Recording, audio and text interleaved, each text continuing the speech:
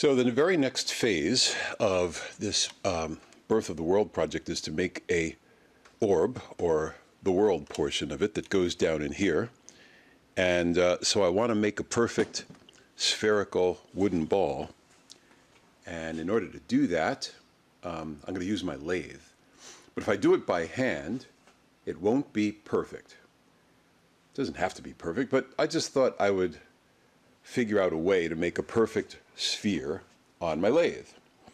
So I came up with an idea of mounting a router on my lathe and then rotating it back and forth. As the lathe rotates, the router will rotate, and it should be a perfect ball. The only problem with that is when I connect it to the router, there'll be the screw holes there, and I can do one end of it, but then I'll have to take it off the router and have to cut it off the router, and then I'll have to come up with some way to do that portion that was mounted to the router.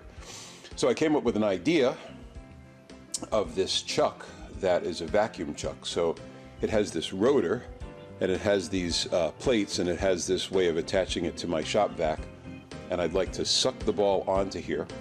So that was the hand sketch of the idea that I had. And then, of course, you know me, I decided to make a CAD model. So here's my CAD model, and this is the CAD model of the vacuum chuck. This is the ball, obviously, and I've got the different plates. And as you can see, if I take away the front plate, or the top plate, whatever you want to call it, then there's a spacer here, and then there's this rotor, and the spacer holds the plates apart so that the rotor can spin freely in between. And this rotor is kind of cool because it has these series of holes that go straight down radially into the center, and then it's got this big hole in the center. And this is just the attachment that holds the shop vac onto the whole assembly. So I don't know if this thing's going to work, because I don't know if my shop vac has enough delta P, but we'll find out. So here's the assembly, and here's the ball, and here's the vacuum chuck with a bit of transparency. So if I run the animation, then you can see how the router is supposed to come and rotate, go around. It can't go all the way around, obviously, so that's why you have to have this vacuum chuck. The vacuum chuck is just very easy. There's this rotor in here, and it's just 3 plates that I can screw together. Piece of cake. We'll see if it works. It's kind of exciting to me.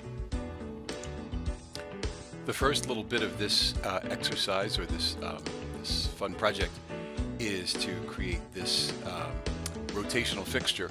This piece of plexiglass here and wood pieces, and of course the router fits right in there.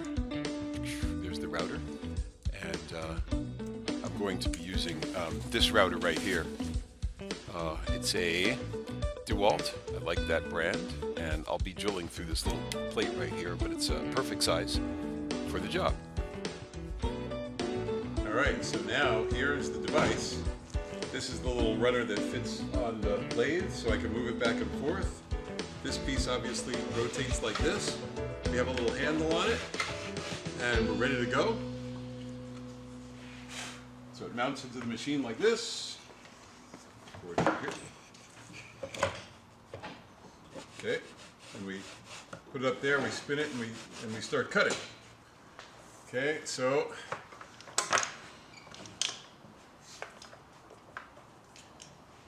let's see if it works. All right, the moment of truth. It's going to be fun. Got our fingers crossed. Okay, here we go.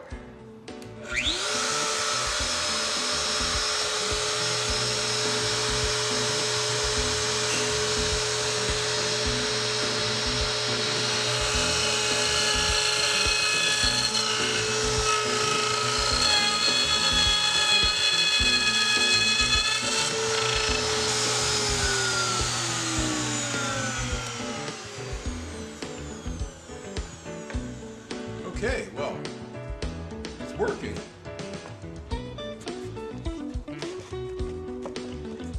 working, but what it needs is a little bit more tightness, because you can see it's kind of chattering. It's also doing a little bit of an oval because I noticed that it's not perfectly lined up. So we'll make the adjustments, and I think we'll do very well with this machine. Okay, for the second attempt, I made a spacer that will stop this from going in too far. And so the spacer is good, and I also tightened this up and make sure it's centered. So these are things that will help it be perfect. And I'll go slower too. So here we go.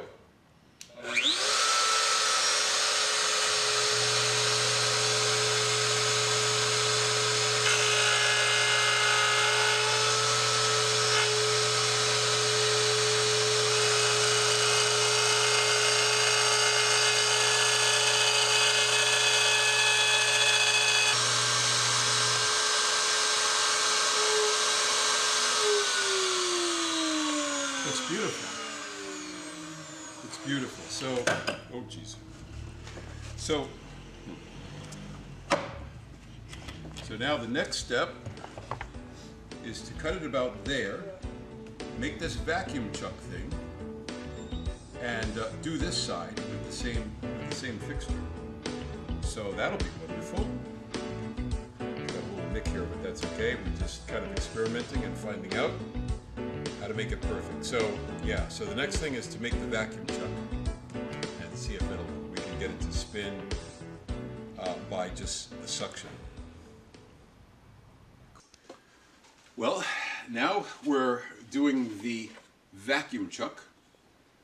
As you can see, I've created this rotor, and I took some 1.5 inch stock and 1.5 inch stock. It's just cedar.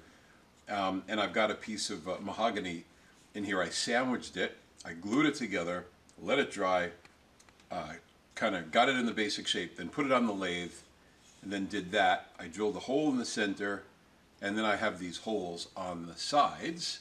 So that is going to be the rotor. Here you can see it in the CAD model there. And it's still connected to the lathe plate. And the second I take this off of the lathe, it'll probably never be totally in balance again. So then I have this piece, and just to restate the hope is that there's enough delta P in my shop vac to hold this in really well. Now this hole is about 2.5 inches in diameter. So if you take that 2.5 inches, 2.5, you divide that by 2 equals, that's R. You square it, so I'll raise it to a second power. That's 1.56. Then you multiply it by pi, and you get 4.9 inches squared. If I were able to have a vacuum behind here with atmospheric pressure about 14.7 psi, if I multiply that by 14, if I multiply it by 14.7, I get 72 pounds. So that's the potential holding force. But my shop vac is definitely not able to create a perfect vacuum. So I don't really know how it's going to work. I guess if I were really serious, I could get a vacuum pump. But what's going to happen then is I've got these 3 pieces of wood screwed together, and this one on the edge has been cut out, or in the middle has been cut out. So when I drill a hole through here, I'll be able to sandwich this in here, and my hope is that it will run pretty freely, and I'll mount it, and then I'll put a hole right here, and that's where I'll put the shop vac. So that's the design. Here it is. You can see that I've made a modification. I took this roundness away because it doesn't matter, and I also made this part on the lathe. So I'm almost ready to test this, and I hope it works. And if it doesn't, then we'll try to figure out something else. So having fun. Okay, we now have the vacuum chuck. It's very Fred Flintstone, but here's where the suction goes in. Here's where the ball sits, and this is the plenum. It's all sealed. We put some mouse pad in between the sections. I think we may have put a little too much. I made it a little bit too loose, but we're going to try it anyway. So here we go. I'm going to mount it onto the system, mount it onto the lathe, like so.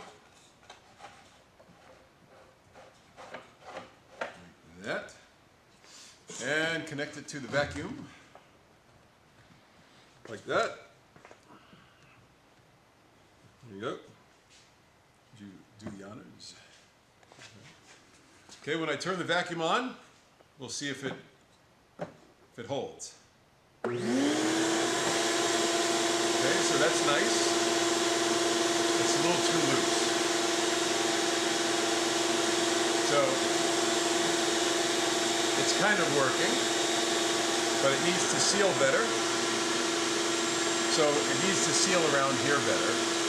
So we could take out one of the layers of mouse pad and make it tighter, and that should make it work. But I'm sure if I turn on the lathe, it comes right out. But it does work. We just have to refine it. So I tightened it up. I took out a layer of the mouse pad, and now we're ready for a second try.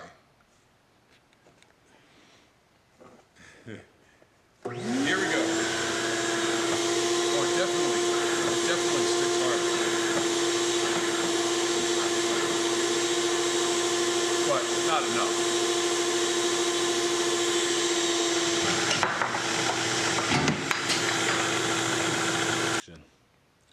Okay, so now that we know that the vacuum chuck is a fail, unless we have a lot more vacuum, which we'd have to purchase something that's not, readily available. And we'd have to do it with, metal and really make it perfect. And this is a shop. So what I did is I just glued the ball on to the rotor. I used hot glue. And I hear that when you put alcohol on hot glue, it just loosens it up really easily. So I hot glued it, and now I'm going to shape the rest of this. And here we go. I don't know if the hot glue is going to hold. It may, go crazy. So I've got this mask on, and I'm ready.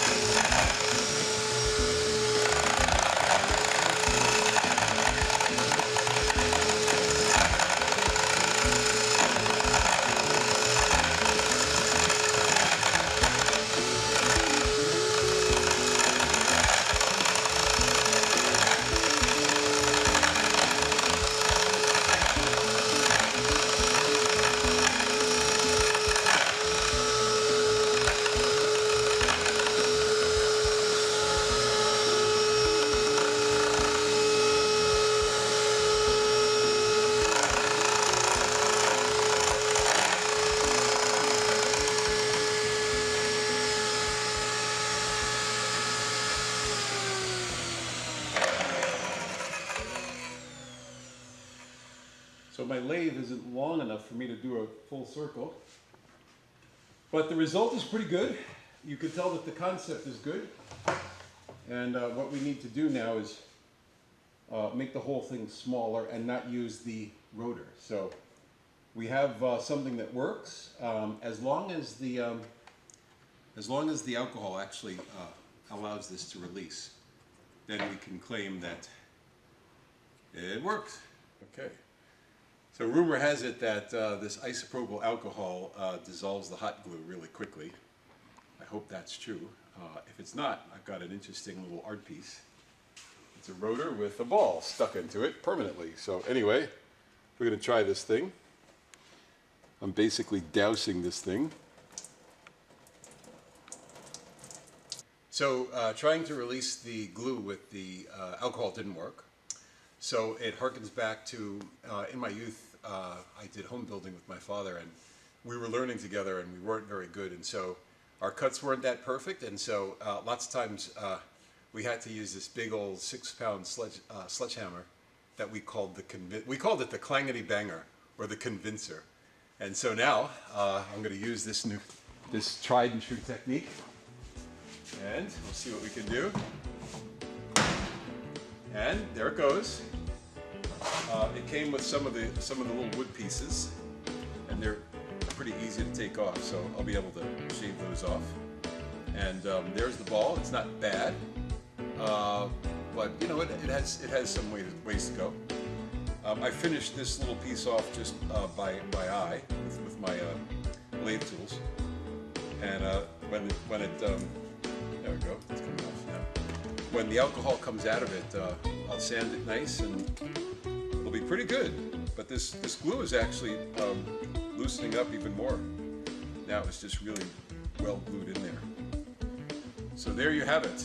That's a finished try, and the very next thing, the next one we do will be so much better than this, because we've learned a lot of lessons along the way. So I think that's really important to understand that in many cases your first time is going to be crap. And you get better and better and better. It's like life in general.